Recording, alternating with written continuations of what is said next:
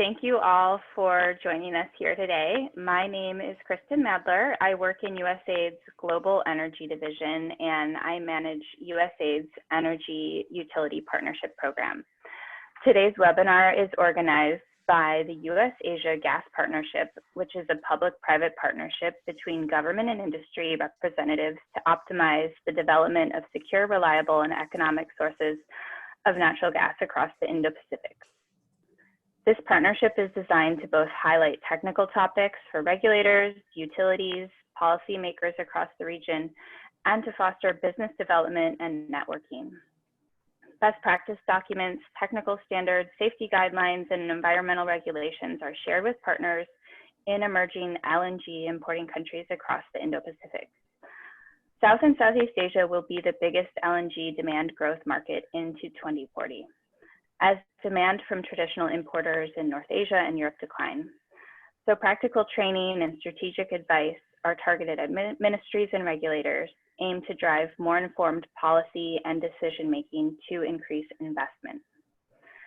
This partnership includes a series of live and recorded webinars featuring leading US and international gas sector experts hosted by our partners, the United States Energy Association, or USEA, and the National Association of Regulatory Utility Commissioners, NARUC. I would like to thank both organizations for their efforts to organize today's session. And if you haven't done so already, please register for upcoming webinars or listen to pre-recorded webinars in the series at usea.org. Our next webinar will be held in 2 weeks in collaboration with the American Petroleum Institute, or API. The webinar will cover how standards play an integral role in attracting project investment, protecting workers and the environment, and reducing regulatory complexity for governments. The session will also explore how API standards are developed in a consensus-based committee process, how companies and government can access and utilize API standards, and specifically how governments may reference comprehensive standards in the regulations and laws. So today we really look forward to learning more about key steps to create a promising investment climate and the necessary economic conditions for natural gas development. I would like to thank you all again for joining us today and look forward to seeing you virtually in an upcoming Asia Gas Partnership webinar session. In closing, I would like to thank today's speakers for carving out time to share your unique perspectives with us today. We greatly appreciate your time and commitment. And next, I will give the floor to Sarah Blandford at USEA to introduce today's panel. Thank you, Kristen. I'm pleased to welcome our first speaker, who was a late addition, but a very happy addition to this panel today. We have Diane Berman with us. Diane serves as the Commissioner of the New York State Public Service Commission. In addition to the many traditional roles that a regulatory commission has, this commission is also exercises the jurisdiction over the siting of major gas and electrical transmission facilities and is responsible for ensuring the safety of natural gas and liquid petroleum pipelines, which makes her very relevant to our work here. Ms. Berman serves as NARUC's Board of Directors and is chair of the NARUC Gas Committee that Kristen mentioned NARUC earlier. And most recently, Commissioner Berman, along with our speaker Andreas, have worked with NARUC to complete the launching of the roadmap for the development of the downstream natural gas markets, which is a report, even if you Google it, you'll come across it. I encourage all of you to check it out. So I pass the dais over to Diane now. Thank you so much. Hello, and thank you for having me as part of this webinar today. We live in exciting, changing, and challenging times in the energy industry. It's a crucial time for energy regulators to be involved with natural gas. In my various leadership roles with gas over the years, I have sought to foster awareness and understanding of the issues affecting the transportation, distribution, and sale of natural gas in a safe, efficient, reliable, economical, and environmentally responsible way. We must, as regulators, grapple with critical issues including reliability, pipeline safety, energy efficiency, and the review of appropriate policies to enhance and modernize the natural gas utility infrastructure. We may seek to understand and foster new technologies such as renewable natural gas, carbon capture, and other technologies related to decarbonization. We may also be examining technical aspects of electricity, natural gas interdependencies, the use of natural gas for electric generation, transportation, liquefied natural gas exports, and so much more. My personal philosophy is one of collaboration and engagement with my peers, both in the US and internationally.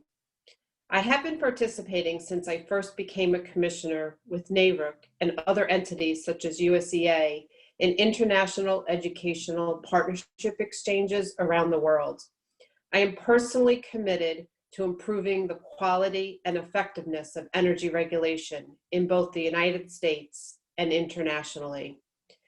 Through this international regulatory work, I've been able to partner with the United States Agency for International Development, the United States Department of State, foreign regulatory agencies, and others to support effective energy sectors that enable economic and societal growth. Two key aspects of the educational partnerships is one, sharing lessons learned from both our successes and our mistakes, and two, helping to establish forward-thinking best practices with regulators and other stakeholders internationally. Such exchanges can highlight how effective regulation, modernizing natural gas infrastructure, and improving natural gas markets can grow economies and ensure sustainable and secure energy. Through this work, I have been honored to be a part of the Asia Edge program. Asia Edge, which was launched in July of 2018, is an initiative to enhancing development and growth through energy as an effort to grow sustainable and secure energy markets throughout the Indo-Pacific. Asia Edge seeks to strengthen energy security, increase energy diversification and trade, and expand energy access. Under the auspices of USAID's Regional Development Mission for Asia and in support of the Asia Edge initiative, NARUC, along with others like USEA, are actively engaged in the Asia Gas Partnership Program to establish a public-private partnership involving government and industry representatives from the US and Indo-Pacific countries. The objective of the Asia Gas Partnership is to share best practices in the development of secure, reliable, and economic regulatory frameworks governing natural gas sector development while facilitating investment and regulatory advancements in the energy industry. The effort seeks to ultimately stimulate gas demand growth by optimizing gas network infrastructure development and developing domestic gas markets in Asia. I had the honor of working through the Asia Gas Partnership to create a roadmap for the development of downstream natural gas markets. With NARUC and my fellow authors, including one of the panelists today, Andreas Thanos, we did create the roadmap for the development of downstream natural gas markets. This roadmap was to share as an informative, step-by-step reference for energy regulators and energy sector decision makers in countries introducing LNG imports and subsequently overseeing domestic regulation of downstream natural gas markets. The roadmap sought to outline key foundational tenets governing the structure of well-functioning, competitive downstream natural gas sectors, as exhibited through best practices, gleaned from the establishment of liberalized natural gas sector and market reforms in the US. In now wrapping up my closing thoughts, I am mindful that whether in the US or internationally, it is clear that access to energy is essential to every aspect of sustaining and improving economic, environmental, and societal conditions. In fact, over the years, doing this international work with USAID specifically has shown that in many countries, basic infrastructure is failing, insufficient, or non-existent. Inadequate access to infrastructure is a key barrier to economic growth. It inhibits access to healthcare, education, and robust markets. Asia has a demand for infrastructure investment, Energy demand is expected to increase dramatically in the next decade. Specifically, LNG demand is expected to continue to increase. Meeting such energy demand will require significant investment. We must be cognizant that in working with Asia to meet that kind of demand will require all of us to tackle some serious challenges and unlock opportunities. Helping ensure the success of Asia's energy market growth, especially advanced energy technologies and liquefied natural gas, can help all of us thrive. Ensuring improved infrastructure forces stability, accelerates economic growth, and fuels economic recovery. We can make a real difference in fostering strong Asian energy markets, but we must invest in the continued innovative development of existing and current infrastructure. Working together, I do believe we can positively shape our collective future, and I look forward to the rest of this webinar discussing that. Thank you, Diane, very much. Our next speaker is Mr. Andreas Thanos. He's a policy specialist with the Massachusetts Department of Public Utilities. Mr. Thanos has been with the department for 26 years, during which the state's natural gas market experienced tremendous transformation. He has experience in rate setting, infrastructure expansion, and licensing retail natural gas providers. Mr. Thanos is also the chair of the NARUC Staff Subcommittee on Gas, the co-author of the NARUC LNG Primer, and has broad international experience, including multiple NARUC activities. Mr. Thanos, I pass over the baton to you now. Thank you. Good morning, good evening, good afternoon, everyone, wherever you are. Thank you for the introduction, Sarah. I will share my screen with you and start my presentation to avoid any what people might consider a waste of time. I'm going to approach today's presentation from the government officials / regulators point of view. The question is, why are we talking about natural gas? Why are we talking about LNG? I did a quick search the other day, and I discovered that although we not find it precisely for the Indo-Pacific region, for the whole Asia-Pacific region, if you look at the CO2 emissions, are almost as equal to the rest of the world. And that, of course, it's not something that is a negative aspect if you realize that the Asia-Pacific region consumes as much energy as the Americas and Europe combined. And of course, this makes sense as the industrialization of the region has taken place and surpasses for many industries that of the Americas or Europe. The only problem is that if you look at the generator, the power mix, or the energy mix, you see a large percentage of coal being used. And coal is the gray source in the chart, and as you can see, it far exceeds the combination of renewables, natural gas, and oil. And that, of course, contributes to the CO2, and that's why we're talking about natural gas. And since there is no pipe natural gas going into many parts of the world, we're talking about LNG. Why are we talking about LNG? Because it's abundant, it's competitively priced, it provides tremendous environmental benefits, and at the end of the day, it's easy to transport it. It is abundant. Look at this chart. LNG is produced in all 5 continents. Although Europe is declining, you have the introduction of Russian LNG. But if you look at the bottom one, the Americas, it's growing very fast. It is because of the new projects that have come online, and well, excluding 2020, it will again grow to a significant amount. If you look at the Asia-Pacific region, it looks extreme, but of course it includes Australia, and as we know, Australia does have problems with whether they are going to continue exports at the level they are doing now, or they will hold back for domestic consumption. I mentioned that it can be competitively priced. LNG actually can be independent of cartels. If it is based on an oil index, then you see it moving around with the capriciousness of oil. If you arrange that LNG is priced based on the US index, the Henry Hub, so you go for the US commodity, then you can see that the pricing fluctuation is much smoother than any other index.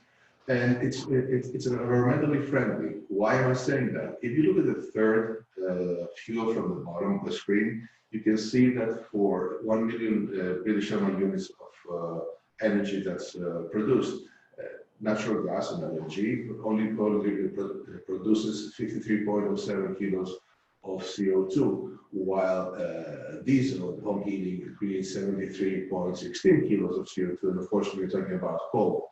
You're going close to 100 kilos at 95.35 kilos of CO2. So natural gas and LNG, since that's how it will be delivered to many countries, it provides significant environmental benefits. And another environmental benefit that we will not talk much about is the fact that LNG can be relied, LNG and natural gas can be relied to provide the bridge when intermediate renewable energy is not available, because it is very fast ramping up, and of course the lower emissions that I spoke of a moment ago. I looked at the energy consumption, natural gas and LNG for two countries for which I have done some studying, some research, the Philippines and India. And we'll start with the Philippines. You can see that the consumption of coal and oil is increasing rapidly, with a slower increase of natural gas. The same thing applies to India's energy consumption. You see steep increases for coal and oil as the country the countries that need energy needs increase, but it's very slow. Although both countries are very interested and are working hard in developing natural gas infrastructures with India, creating a hub type index. It's still there's still plenty of work that can be done to achieve to actually receive the benefits of natural gas and LNG provide. So again, to summarize, why LNG? It provides lower CO2 emissions, transported easily, and all the benefits that I mentioned already.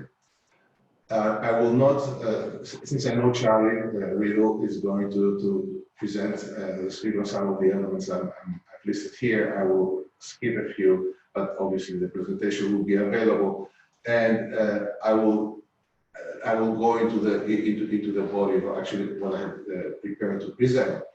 I will not talk about the first two elements you see on this slide, because these are definitely, I'm pretty sure that Charlie will speak about, but I will talk about the two highlighted versions. What is the role of the government regulator? The role of the government regulators is to deal with the import terminal and the gasification facilities, is to deal with the gas pipelines that will bring the fuel from the LNG import terminal to the power plants and all the end users.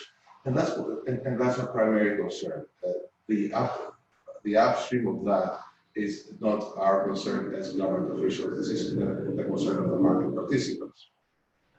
So it's it is very important to realize that there is significant need, great need for cooperation between your government agencies.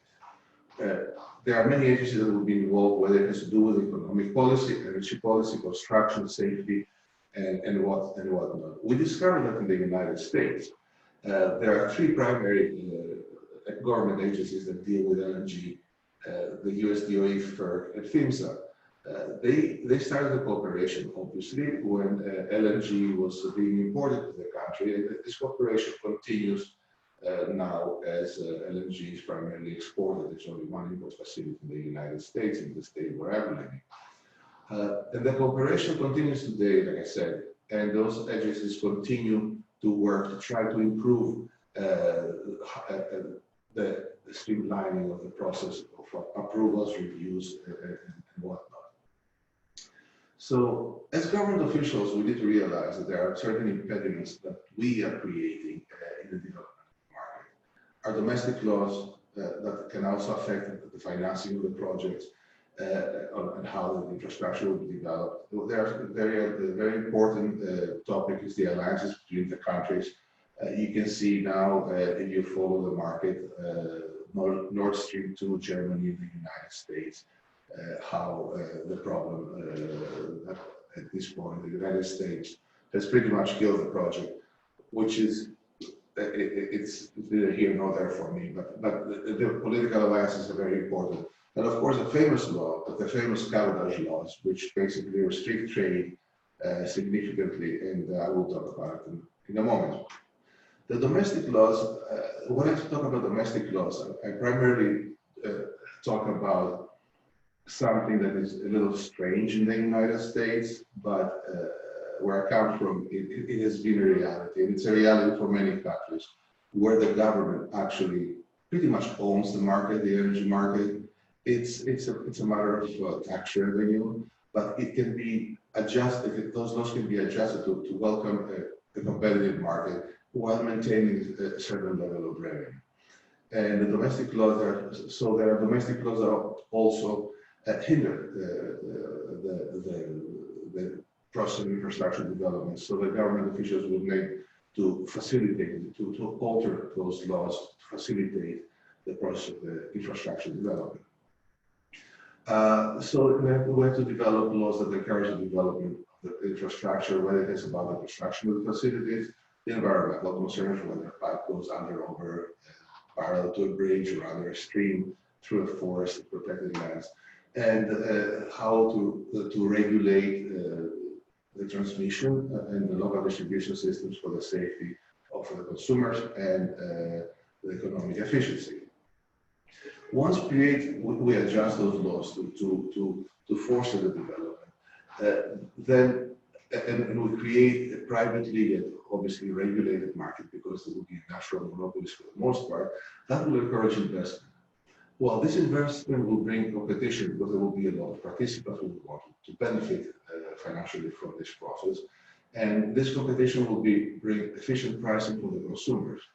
And as the consumers see efficient pricing, more consumers will want the product. It's basically economics 101, and that additional, efficient pricing that will lead to more demand, will involve and welcome more competition. So when I talk about the development of infrastructure, what am I talking about? I'm talking about how the terminal, the receiving LNG terminal is developed. We need to figure out, as government officials, will have access to one customer. For instance, if you look at Jamaica, the generating facility, or will it provide access to natural gas and LNG to the region? Of course, we have to plan ahead and consider the possibility of an expansion, both in storage and regasification capacity, and create basically the environment for the future expansion of the facility, plus the expansion of distribution systems, whether they are pipelines that bring the gas from storage to market, or additional pipelines that add new customers in the market. The alliances between countries, I mentioned Nord Stream 2 in Germany, but this is very important. We've seen it with travels of politicians and ministers and secretaries of state, agreements that are being signed.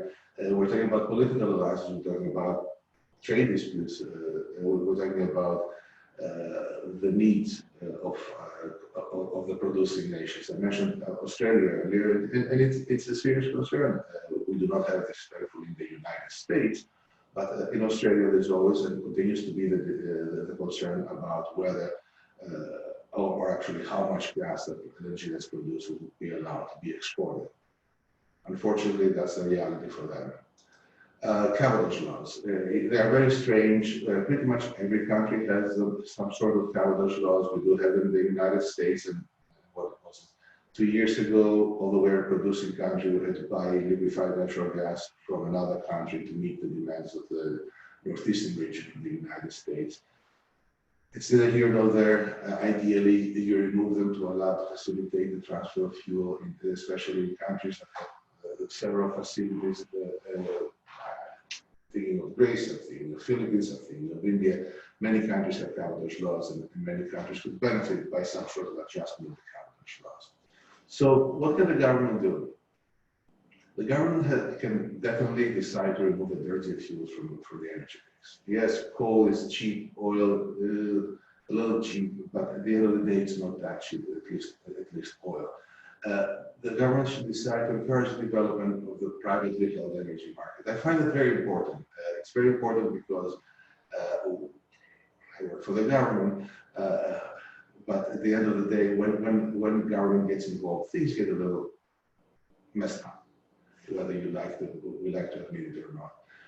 We need government officials need to establish a strategy that reduces and authorizes natural gas and LNG infrastructure development. We need to ensure, what I mentioned earlier, the appropriate cooperation between government agencies to ensure that the development of an LNG import infrastructure is done effectively and efficiently.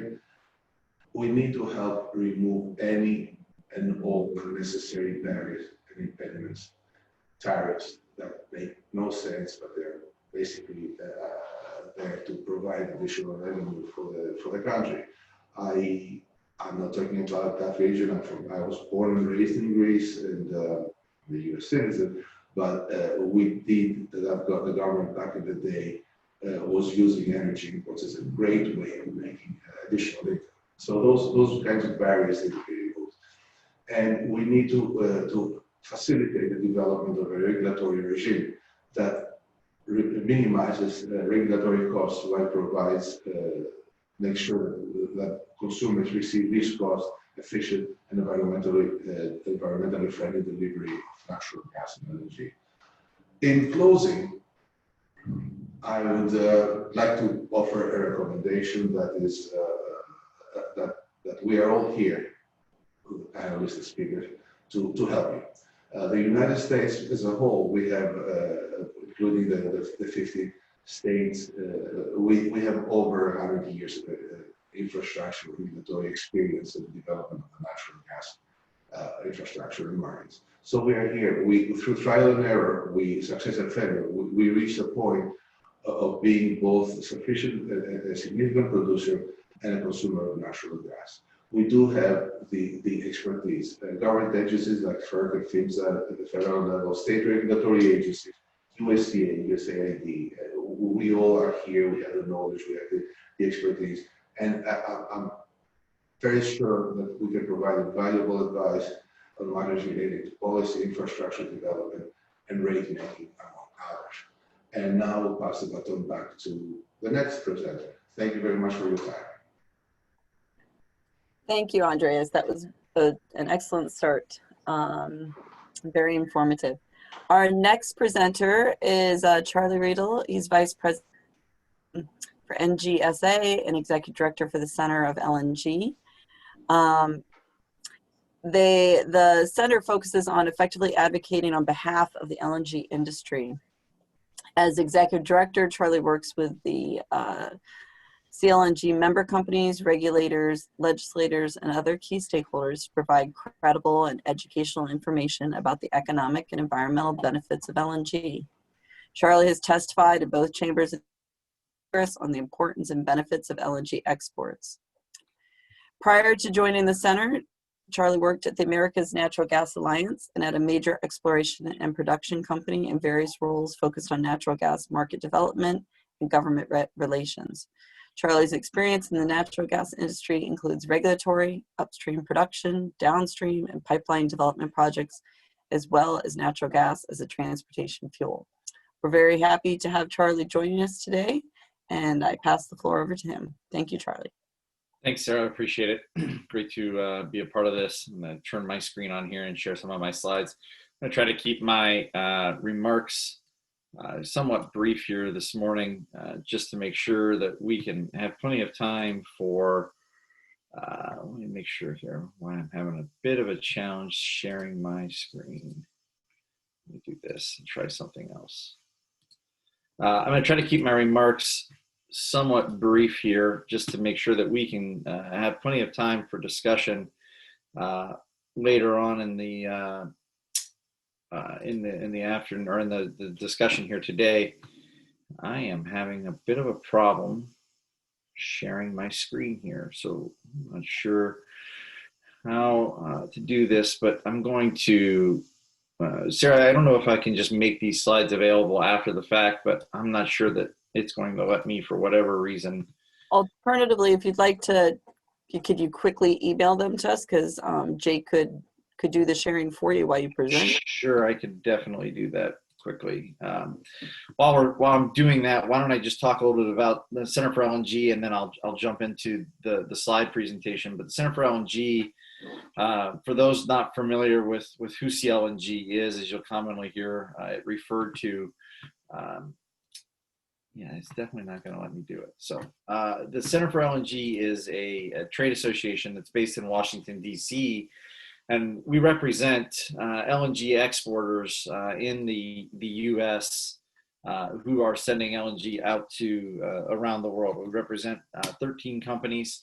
Those 13 companies are a mix of the large-scale LNG exporters located in and around the United States, as well as the major portfolio suppliers of LNG that are trading LNG globally here. Jake, I'm going to send this to you right now. My slides are on their way.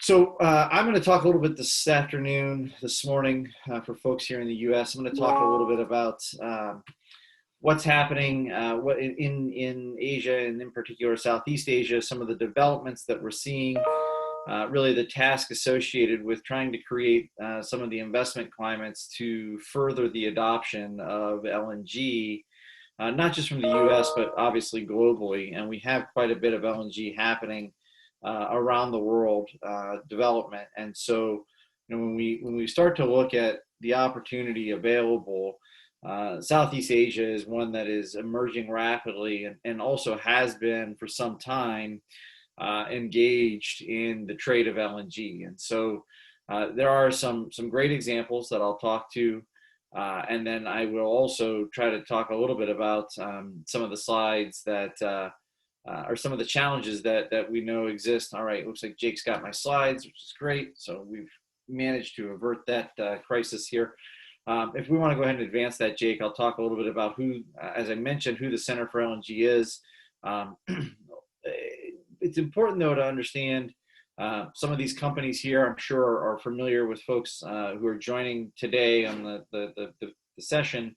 But you can see the large players who are exporting natural gas in the form of LNG out of the United States are all part of the Center for LNG. So with that comes a great deal of representation and understanding of not only markets, but what are some of the opportunities that exist in those markets, as well as some of the challenges that not only we face to build these LNG export terminals, because I think it's an important point to understand. The United States was in this point of building out infrastructure for natural gas imports about a decade ago, a little bit more than a decade ago. We started building LNG import terminals in the early 2000s, when it was thought that the United States was going to run out of gas. And obviously with the discovery of shale gas and the technology of hydraulic fracturing, we were able to unlock a vast supply of gas here in the United States.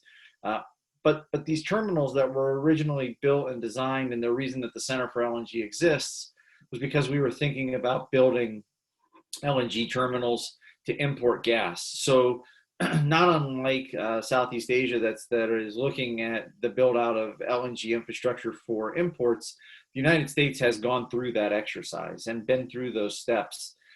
We have also now been through the steps of converting those import terminals and putting the necessary equipment and technology in place to convert those terminals, those import terminals, into export facilities. And we currently have 6 in operation around the United States, with a couple additional projects under construction and expansions happening at those 6 facilities, 3 of those 6 facilities right now. So all of that to say, as we continue to build out that infrastructure, you can see that we've sent gas to more than 35 countries since we started exporting LNG in 2016. So when we started that export effort, 4 short years ago, we've now exported more than 2 trillion cubic feet of gas. And largely those countries that we're talking about today is how do we continue to build out those conditions for further investment to help increase the adoption of natural gas utilization. Those countries where we're sending a lot of that gas to include China and Japan and South Korea. So we're already seeing some of those markets develop, and I think that we'll continue to see that be the case. We've added roughly 9 BCF of export capacity. We will be at roughly 11 BCF, billion cubic feet of gas per day in LNG production by the end of 2022. So we are on pace to really ramp up our production, and it's happened in a very short period of time. Thanks to the fact that a lot of those facilities that we're seeing the export happen from already had the storage vessels in place for LNG as import terminals. Let's go to the next slide, Jake. So demand is growing globally. Andreas did a really nice job of framing some of that. I want to talk a little bit more specifically about what's happening in Asia and Southeast Asia in particular, and some of the projects that we're seeing that are happening and how those projects came about. I think that's important as we try to sort of help frame the discussion today in identifying ways that we're seeing work, and also talk a little bit about, in the next slide, don't jump there yet, Jake, but in the next slide, I'll talk a little bit about some of the challenges, because it isn't always just an easy road to help further this adoption. But what we're seeing happen, right, is India is a great example, where we're starting to see imports of LNG increase, and we're starting to see that grow considerably. By 2023, India is planning to bring another 2.5 BCF of LNG imports online per day. So in a very short period of time, roughly 20 years time, we saw the very first LNG import arrive in 2004, and by 2023, we're going to be roughly at almost 8 BCF a day in LNG imports. So starting from zero and going to 8.5 BCF a day in 20-ish years is quite an accomplishment. And what we're starting to see is further development of infrastructure happening in India. In the Philippines, we're starting to see 4 import terminals are under construction in the Philippines. And I wanted to talk a little bit and highlight some opportunities that we're seeing happen in Vietnam. Earlier this year, we saw a joint venture between Vietnamese business and US business announcing a $6 billion project to help solve some of the energy security issues that are happening in Vietnam. It's projected that over the next decade, in order to meet energy demands in Vietnam, there's going to be 90,000 megawatts of additional electricity required. And so when we start to think about some of the challenges or some of the opportunities, probably is a better way to frame this, some of the opportunities associated with these countries, it really is around electricity. And so the challenge in generating that electricity is how do we do it cheaply, and how do we get it built? In a lot of these countries, especially in Southeast Asia, as we think about this, the regulatory framework doesn't exist. And Andreas did a nice job in his closing slides talking about the experience that the United States has, well over 100 years of experience, and not only regulatory policy related to use of natural gas, but the build out of infrastructure. So there are a lot of rate setting, those kinds of things. So as we talk about the opportunities, I think that that's really a large one that the Center for LNG has been focused on helping provide data and information around, just those policies that the U.S. has set that could be replicated in other countries and utilized to help develop their growing power needs. So when we talk about that, right, the Vietnam has a $6 billion project announced. AES, which is another U.S. project that is in place, has announced another 2.2 gigawatt project that is going to rely on LNG power or natural gas to generate their electricity. Chiang Mai, which is this project between the U.S. and Vietnamese, which is a joint venture, is another 4 gigawatts. So when we get to this sort of build out and talk about this 90,000 megawatts that are going to be needed in Vietnam, what we're starting to see are these joint venture investments between United States business. Exelon is another company that comes to mind that's announced a large investment in the build out of electric infrastructure development in Vietnam.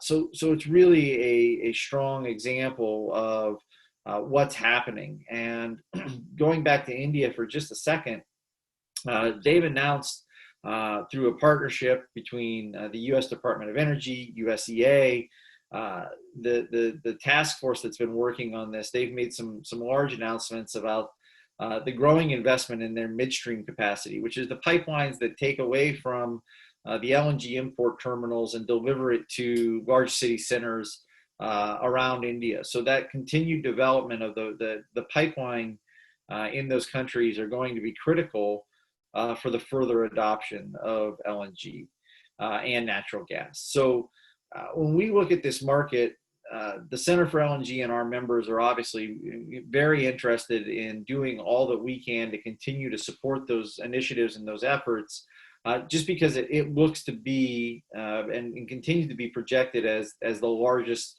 growth potential for LNG trade. Part of the Paris Agreement continues to push that. So we're continuing to see this growth happen on an ongoing basis. If we can go to the next slide, Jake. Thank you. So I wanted to give some strong examples of what we're seeing working. The Philippines, we're seeing it work in Vietnam, we're seeing efforts underway in India and other countries as well.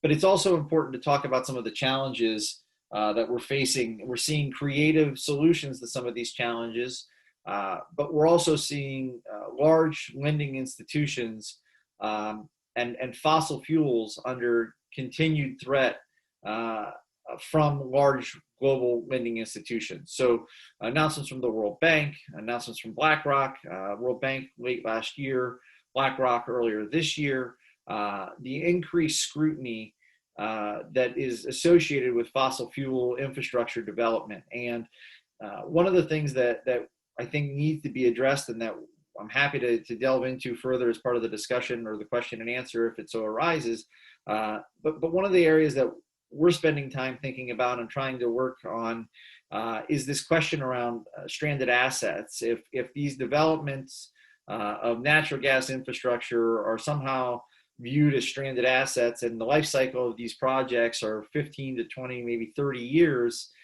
and now all of a sudden we see that World Bank is looking at something like this and sees only a 5 or 10 year future, investment challenges could arise related to natural gas infrastructure. So it's something that we are acutely aware of, these announcements. The majority of the announcements, though, related to fossil fuels have largely been focused on oil and coal. Natural gas thus far is not necessarily feeling the brunt of these announcements at this point, but it's not to say that in the not so distant future we could see lending institutions turn their aim towards natural gas. And it's going to be something that as we continue to look at the viability of natural gas as an environmentally cleaner alternative, that we continue to make sure that we're addressing those challenges, specifically around methane emissions and the entire value chain from upstream production, the drilling process, all the way through to the burner tip where we're utilizing natural gas. So mitigating some of those risks, I think, will help address those challenges considerably. But on the other hand, I think that it's also important to recognize some of the positive developments that we've seen, largely from some of the largest private investors, institutional investors around the world. Berkshire Hathaway comes to mind, Vanguard, another, making large bets on natural gas and in particular LNG. We saw the recent announcement that Berkshire Hathaway made in purchasing Dominion's gas assets, including the portion of Dominion's LNG facility in Maryland. So we're continuing to see these investments happen And I think that one of the other major opportunities that will continue to emerge in Asia in particular, just given sort of the nature of not only where the vessels are being built, but also the seagoing functionality of transport of goods in that market, that LNG continues to grow as a maritime fuel. So we've seen some regulatory guidance from the International Maritime Organization that is requiring much stricter, or has adopted much stricter emission standards. LNG meets those emission standards for utilizing LNG as a fuel. So as we start to think about that, I would expect that Asia markets will really lead the way, given the large shipbuilding presence that happens in South Korea, the build out of the ports to adopt LNG as a marine fuel. And I think that really underscores an important point, is the versatility of LNG. Can be used for power generation, can be used for industrial application once regassed, can be used in the maritime or transportation as a transportation fuel. So we really do have a lot of opportunity that exists, especially in this market area. I think that it will be incredibly important that we continue to have important dialogues like we're hosting, like USEA is hosting today. I think that I've got maybe one more slide. Actually, I think that might be it, Jake. But I'm anxious to get to the discussion portion of today, so I think I'll stop for today, and look forward to trying to answer questions as we wrap up here. So thank you all, and appreciate the opportunity to offer some comments. Charlie, thanks so much for your presentation. That was a really great overview. So before we get into the next discussion, let's hear from our final speaker. Stephen Finizio is a partner at Wilmer, Cutler, Pickering, Hale, and Dorr, and he's worked as counsel and arbitrator in arbitrations and in national and regional courts in matters involving the laws of jurisdictions in Europe, Asia, Africa, South America, and the US, as well as under bilateral and regional treaties. His recent energy-related publications include Trends in LNG Supply Contracts and Pricing Disputes in the Asia-Pacific Region in Oil, Gas, and Energy Law. So without further ado, I will pass the floor on to our next speaker. Stephen, thank you again for joining us, and you are up next. Thank you, and I hope everyone can hear me. I have some background noise, so please shout or wave or something, and I will switch to a headset. I'm going to come at the issues we're discussing today from a slightly different angle. I spend a lot of time representing natural gas producers and natural gas buyers in pricing disputes under long-term supply contracts, and those are often resolved through very expensive and protracted international arbitration proceedings.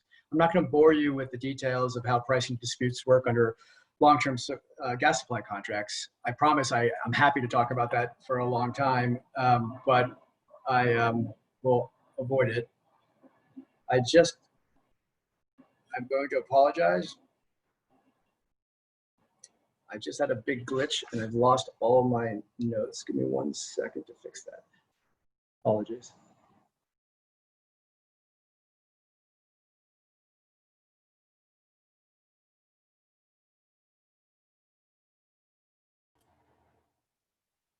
While Stephen is collecting his notes, just as a reminder, we'll have a short Q&A session after this. So as you think of questions, please go ahead and post them into the Q&A, and we'll take whatever time we can to address those. If there are questions we don't get to, then we will ask the speakers to write out their responses and we'll email those to the group.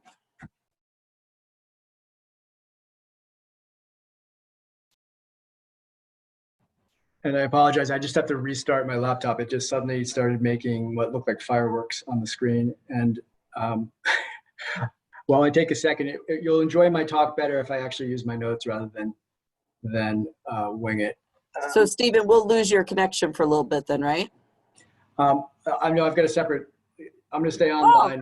I'm just rebooting my laptop, which probably just ate my notes, but I apologize. There's always a glitch. You can't have a webinar on Zoom without a glitch. And so far we're having the audio and video work okay, but so instead I've just had my laptop explode on me, but give me 1 second it's rebooting. Someone posted a question about whether you could get the video recording. After this session, maybe later today or tomorrow, USDA will be sending out the YouTube link to the entire webinar recording. Let me go again. You're not going to get the last version, so you're going to get the version that I just recovered. But anyway, what I was saying was I'm not going to bore you with details about pricing disputes. I'm happy. I love talking about it. I'm happy to talk about it, but I'm going to focus instead on the factors that lead to those pricing disputes because they reflect changing economic circumstances and they help understand what the investment climate for natural gas may be in Asia over the next decade. And I think if you pay attention to this area at all, one of the words that gets used a lot is uncertainty. You know, obviously uncertainty is relevant to risk, and assessing risk is critical to making investment decisions, particularly when we're talking about large-scale LNG and pipeline infrastructure. I want to focus on some of the changes that we've seen in certain markets generally and are seeing in Asian markets in particular that potentially affect certainty or uncertainty. And in particular, I want to focus on where efforts stand in Asia with regard to liberalizing gas markets, and Andreas has talked a little bit about this, creating competition, which competition has a fundamental effect on pricing. What we've seen is the shift to a liberalized and regional gas market in the EU has led to significant disputes about pricing, and ultimately to changes in how gas is priced in Europe. And we're seeing similar issues arise in Asia as different countries introduce competition and liberalize their gas markets. We've also seen pricing disputes as a result of very substantial shifts in supply and demand globally, as we've seen gas gluts and demand crises shifting LNG in particular to different markets. And Charlie mentioned the effects of shale in the US. There was the effect of the Fukushima crisis and disaster. So that's been one of the things that's undergirded a lot of the disputes we've seen, the pricing disputes that have affected some of the long-term pricing in supply contracts.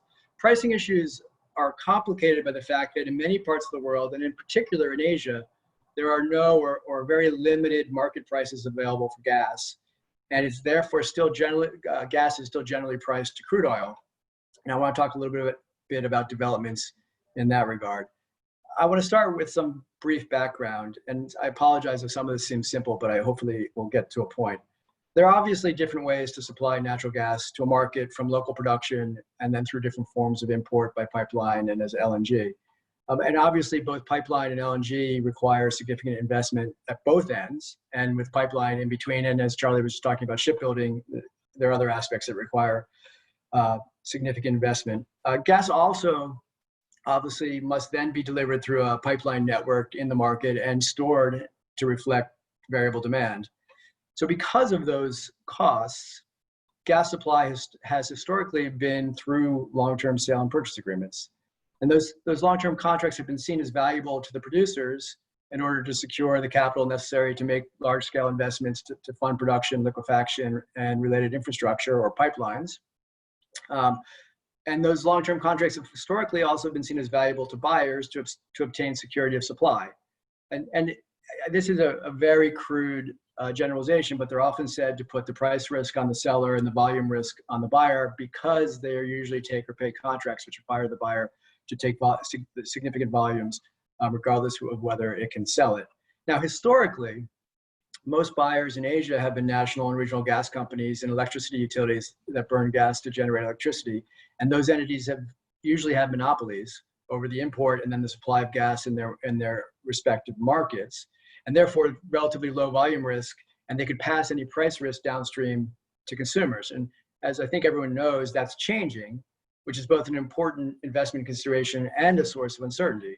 And that uncertainty is exacerbated by the fact that Asian markets remain distinct, unlike more regional markets in Europe or North America. It also is exacerbated by the fact that governments in Asia, while they're taking steps to liberalize domestic markets and to encourage new entrants, are doing so at different paces. And so that liberalization is at very different stages in different markets, and in some markets not at all. And also it's exacerbated by the fact that governments continue to change their planned energy mixes. However, as markets do open up to competition, many of the new entrants that have been able to come into the market are able to obtain cheaper LNG in particular through spot purchases rather than long-term contracts. And that's meant that incumbent gas wholesalers have had to focus more on competitively priced and flexible LNG supply. So they no longer are able to rely on the monopolistic nature of the market. As these longer-term contracts are expiring, it also gives the incumbents the ability to enter into more flexible and shorter-term contracts, or to buy LNG on the spot markets, particularly, obviously when spot prices are more favorable. And we're seeing some of the major importers like JERA in Japan say they're going to shift substantially away from long-term supply contracts to shorter-term contracts. Those shifts in contracting influence the ability to project prices and pricing risk. And those shifts in contrasting are taking place when we have a race between increased capacity and expected but uncertain increases in demand, which means that we may be looking at future periods where we see another gas supply glut, at least for a period of time, which may affect at least the timing of investment decisions. So with that sort of overall background, I want to walk through briefly how some of the bigger Asian markets are addressing competition first. And then I want to talk briefly about efforts in Asia to develop local or regional trading hubs for gas, which help create market prices or reflect market prices that show a commodity price based on supply and demand. And those developments have been a key part of developing a market price in North America through Henry Hub, and in Europe through TTF and BP, as well as other hubs. And I want to talk about where Asian markets are in that development. So let me talk a little bit about introducing competition. And obviously there's no single Asian market for gas. Each country has its own market with significant differences in the regulatory frameworks, differences in who buys and sells within the market, the mix of pipeline gas supplies and LNG and local production, competition from other energy sources, demands for energy, and government policy choices about the energy mix. So in that context, we're seeing different approaches to introducing competition. And I want to talk just quickly about what we're seeing in some of the key markets. So Japan, which is the world's largest buyer of LNG, but is seeing, I think, reduced demand for gas. There have been extensive steps to introduce competition. The retail market for electricity was fully deregulated in 2016 with new market entrants coming in, shifting from regional monopolies that existed beforehand. The Japanese government has also taken significant steps towards liberalizing the gas market. The retail gas market was fully deregulated in 2017, allowing new market entrants to compete. Again, moving away from regional gas utility monopolies for distribution of gas in different parts of Japan. The Japanese government is also taking steps to create what it hopes is a flexible and liquid LNG market through a number of initiatives, including trying to eliminate destination clauses in LNG supply contracts, developing a liquid LNG market, improving pipeline connectivity, and improving access to LNG terminals and reloading facilities. Now, this obviously creates competition, and it also puts heightened pressure on the incumbent electricity and gas utility companies to ensure they're procuring supply on a more competitive and flexible terms compared to new entrants who may not be pricing through long-term supply contracts. That's the state of play in Japan. China, which is the #2 LNG market and has fastest growing demand, and Korea, which is the third biggest market and maybe has more of a decreasing or stabilized demand, at least in the short term, have both introduced competition, but to a lesser extent than Japan. I won't go through all the details. China has made some moves, particularly recently, to open up access to LNG receiving terminals, pipelines, and storage facilities.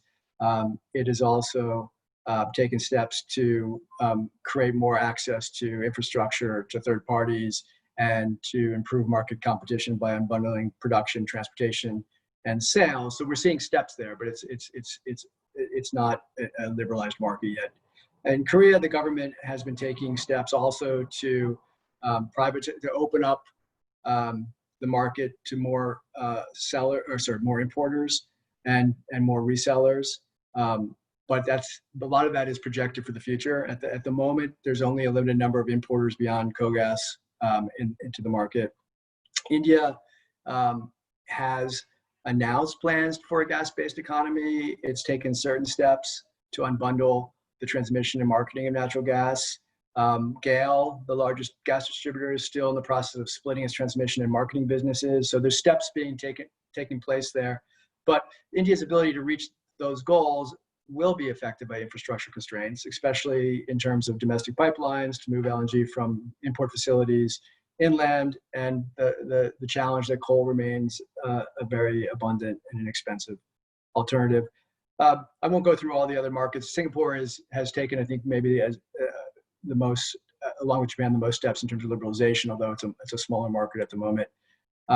So that's where things stand in terms of introducing competition and creating downward pressure, but also affecting how gas is contracted for in the long-term supply contracts that have been in place. Transitioning to a liberalized and more competitive market, as I said, has obvious effects on pricing, creating downward pressure, but it does create short-term uncertainty. And what we've seen is most long-term supply contracts in Asia continue to be tied to the price of crude oil. Most commonly used price index is JCC, the Japanese crude cocktail. And we're starting to see some significant spreads sometimes in the short term between JCC index pricing and spot pricing, which starts to create issues about whether those long-term supply contracts reflect market dynamics. And that's one of the things that has led to disputes sometimes with suppliers and producers and buyers in other parts of the world, particularly in Europe. It's been difficult to develop a reliable price indicator for gas in Asia. There are several price reporting agencies have tried to create assessments, including Platts, Japan Korea Marker, JKM, but it's rarely been used in long-term contracts because of concerns about its reliability. So we have difficulty pointing to a market price or market prices in Asian markets. And as I said earlier, many of the disputes we've seen in Europe and the Atlantic Basin have arisen because of claims that the pricing in the long-term contracts using crude oil didn't any longer reflect local supply and demand, and the effects of competition on buyers when new market entrants could buy gas more cheaply through spot cargoes or through gas hubs. There is a, excuse me. Sorry, there's people outside my window shouting. Anyway, one of the problems, what we've seen in Europe is that as those disputes have been resolved over time, the approach that ultimately has been taken is to increasingly introduce hub pricing, gas hub pricing into long-term supply contracts. But that option isn't readily available in Asia, and it's not clear when it will be. One of the reasons for that is that it's easier to create gas hubs when you have pipeline gas and the steady supply of pipeline gas to create sufficient churn and liquidity to get a market price. Japan, China, Thailand, and Singapore have all announced plans to create trading hubs, but they've struggled to do so. I won't go through all the reasons why they've struggled, but Japan's efforts have really not, at this point, taken off, in part because of the really low trading volume and access to reported trading to create any sort of basis for pricing. China has tried to introduce market-based pricing through the Shanghai Petroleum and Gas Exchange in 2016 and the Chongqing Petroleum and Gas Exchange in 2017. Those are increasingly being used as a price reference point for domestic contracts, but trading on both exchanges is very low. And while they're talking about running trial runs for international LNG trading recently, we'll see what happens there. It's all very nascent. Singapore announced a plan to become a regional trading hub in 2016 and to develop its LNG infrastructure. It created the Singapore LNG Index Group, the SLING Index, to try to reflect free on board prices, spot prices for LNG delivered to Singapore. However, they discontinued it because of low participation. Thailand's taken some steps as well to try to set itself up as a trading hub, but we'll see what happens. It's very, very much at the beginning stages. So in short, it's not clear whether and when we'll see reliable market prices for gas in Asian markets. It's also not clear when we will see, and this is further into the future, gas commoditized enough or LNG commoditized enough to see regional or global market prices. And so we have this ongoing uncertainty about pricing that gets exacerbated as we go through a transition from monopoly markets to liberalization. And I want to end by coming back to where I was in terms of the shift from long-term supply contracts to shorter-term contracts. I said that we were seeing some shift, but it's important to note that for the reasons I discussed at the beginning, there's still many examples of new long-term supply contracts being concluded between producers and buyers in Asia, because long-term contracts will continue to play an important role in securing financing for the development of these projects, and for securing supply into importing markets. At the same time, we do see examples of final investment decisions being made without having secured long-term SPAs. We saw that with ExxonMobil and Qatar Petroleum with the Golden Pass LNG project. They didn't announce any long-term SPAs with regard to as a foundation for that project. We've seen smaller scale LNG projects that are securing project financing with significantly lower volume of long-term offtake. That's becoming more common. But nonetheless, as short-term contracts and spot deliveries become more common, as uncertainty remains about the timing and pace of the introduction of competition, as gas markets in Asia remain fragmented, and as demand projections are shifting, investing in gas infrastructure necessarily means more uncertainty about pricing at the moment and potentially higher investment risks. Now, some of this is simply a matter of time. Some of it's inherent in the nature of energy markets and developments. But it does require more consistent and sustained decision-making and the implementation of liberalization measures, as well as more consistent decisions about energy mix. And so the theme of cooperation we've heard earlier from Andreas and Charlie is a very important aspect for moving Asian markets through this phase. And as we move through this phase, it will help reduce uncertainty and therefore some of the barriers or the higher risks around investments. So I'll stop at that point and look forward to questions. And I apologize for the multiple interruptions. Thank you, Stephen. You reminded us of what live meetings are like these days. So far, we've gotten 2 questions into the Q&A, and I'll pose these to all the panelists, so anybody who wants to answer, just jump in. The first one is, what is the status, challenges, and opportunities of small-scale LNG in Asia, especially in island countries? I can start. Can you hear me? Good. We had a webinar about 2 months ago on small-scale LNG as part of this project. Small-scale LNG is here to stay.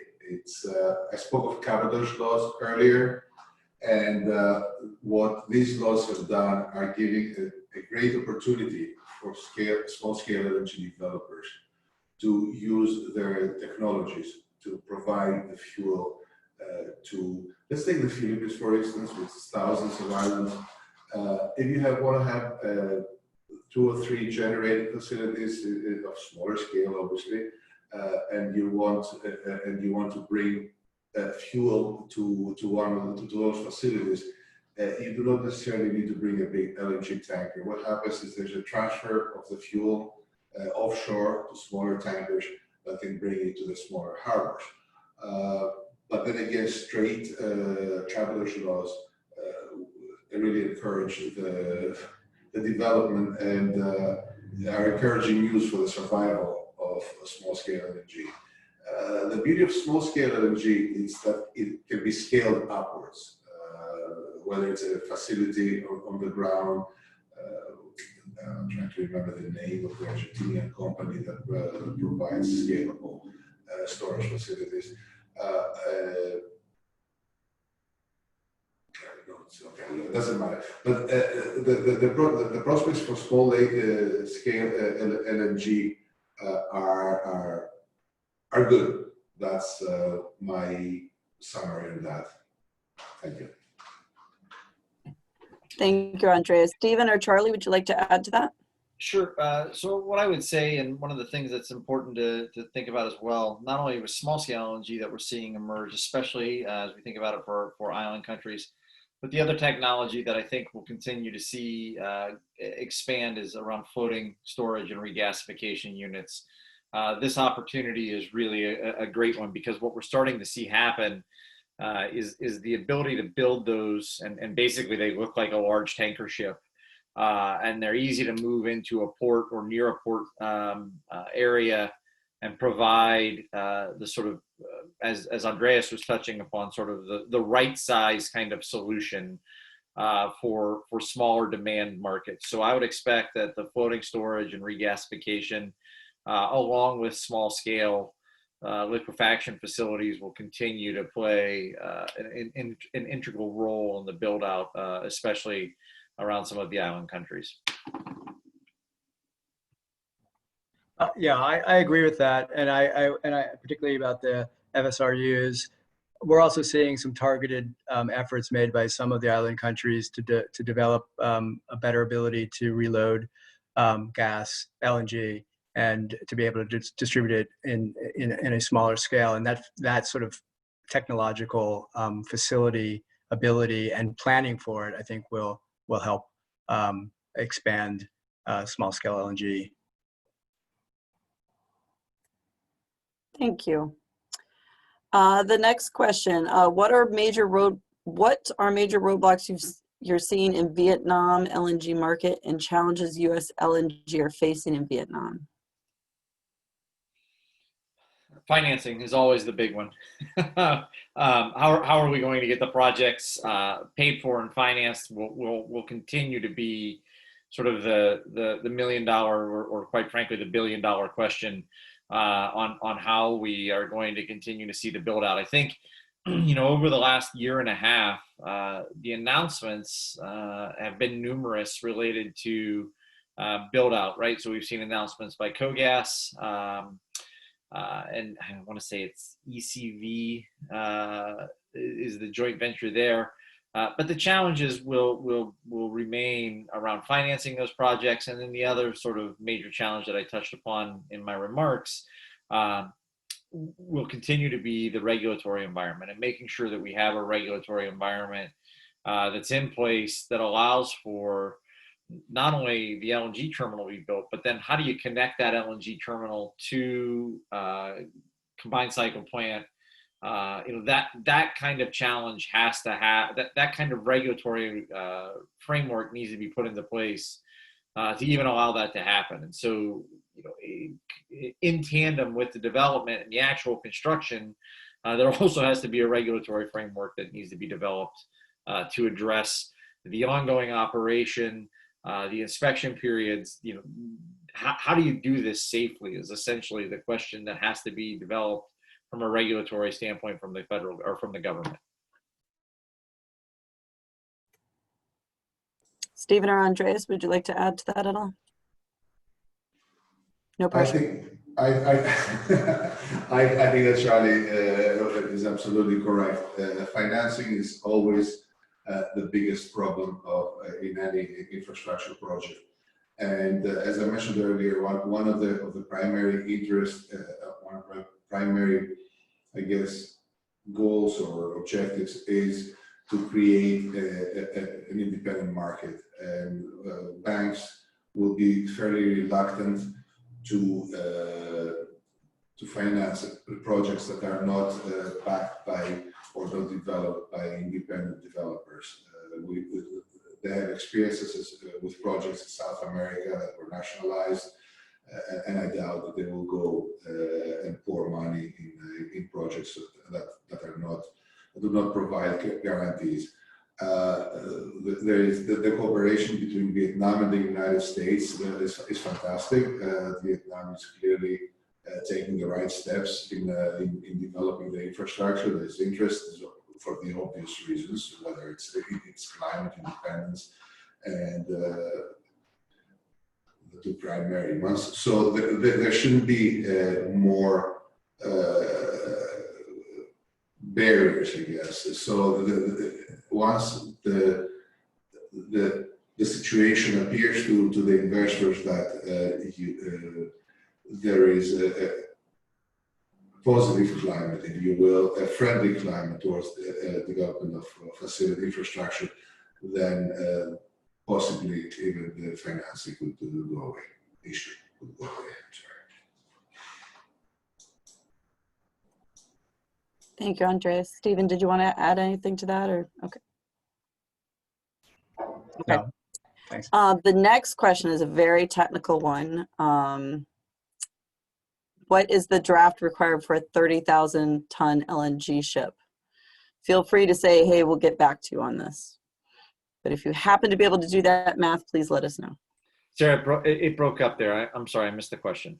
The question is, what is the draft required for a 30,000 ton LNG ship? Do you know that off? This is like a Jeopardy question. I can't say I have that answer off the top of my head. We do have the Center for LNG as a shipping committee, and that's all they focus on. So our member companies obviously have folks that are engaged in that. So that's one that I can go and get an answer, and maybe we can share that as a written response. Okay, thank you, Charlie. And then the next one are, what challenges other than the development of a pipeline infrastructure do you foresee for India? Challenges for... I'm sorry. I'm seeing the question, so I'm responding. As I mentioned in my remarks, India, as I mentioned in my remarks, the country and the regulators, the government needs to accept the fact that they have to exit the energy business.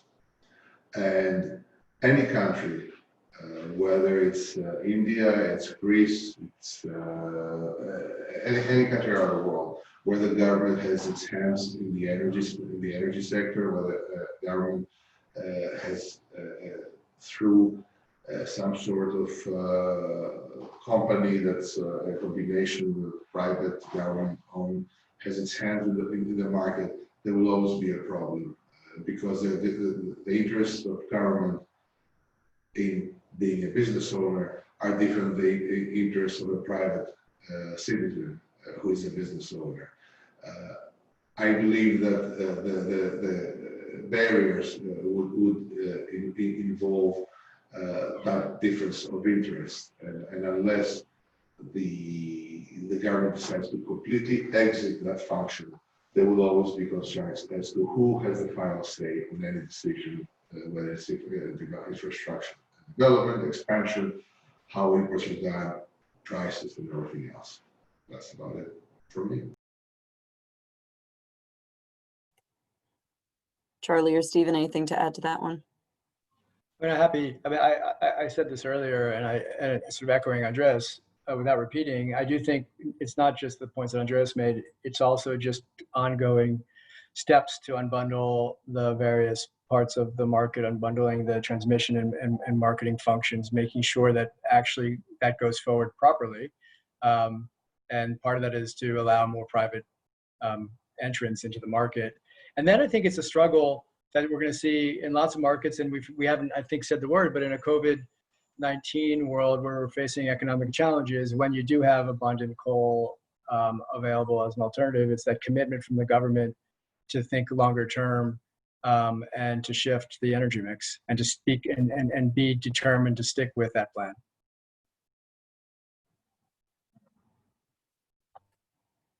Thank you.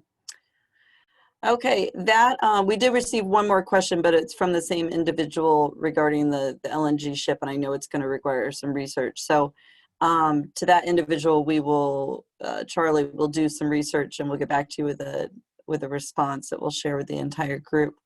I'm going to pass the floor now over to Kristen Madler so that she can close out this webinar. Thanks, Sarah, and thank you again to all of our speakers. We again really appreciate your time, and as Sarah mentioned, we will follow up with a response to that unanswered question and send out a link to the recording to this webinar, and we look forward to seeing you all in a future Asia Gas Partnership webinar in this series. Thanks again. Thank you all. Thank you, everybody. Thank you, panelists. We appreciate your time.